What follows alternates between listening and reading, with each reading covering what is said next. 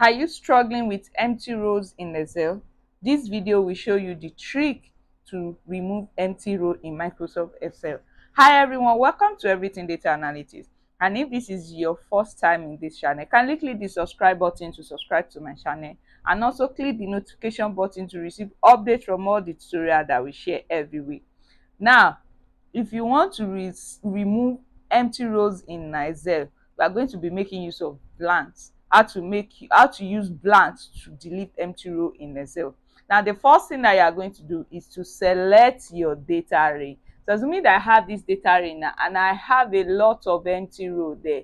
So what I will do is to select the data range.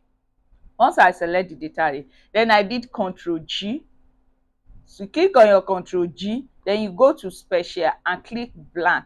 Now, if you don't want to make use of Control G for you to find locate special in Excel, go to Home, then go to your Find and Select and go to Special.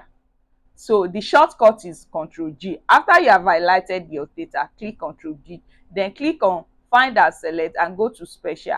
Then it will give you this window. So you click the blank. Once you click the blank, then you click OK. So now it has that clicking OK make it to select all the blanks in your data. You can see it has selected all the blank in your range of data. So the next thing now is to right click. Once you right click, it might delete, it might unselect everything that you have done, like what just happened. So the best way to do that is, again, I'm going to highlight my data range. Once I highlight my data range, then go Control G, go to Special, then blank, click OK. Now, how do I delete this now? So now you click your Control minus, control the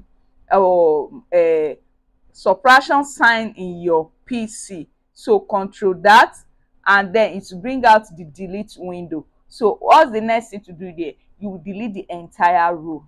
You delete the entire row. Now I've deleted the entire row, and just like that, empty rows are gone.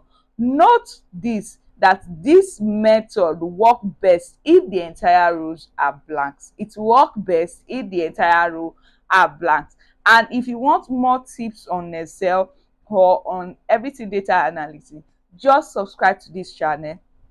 Don't forget to like, share, and also comment. Subscribe to this channel and to receive more updates on Everything Data Analytics. Bye.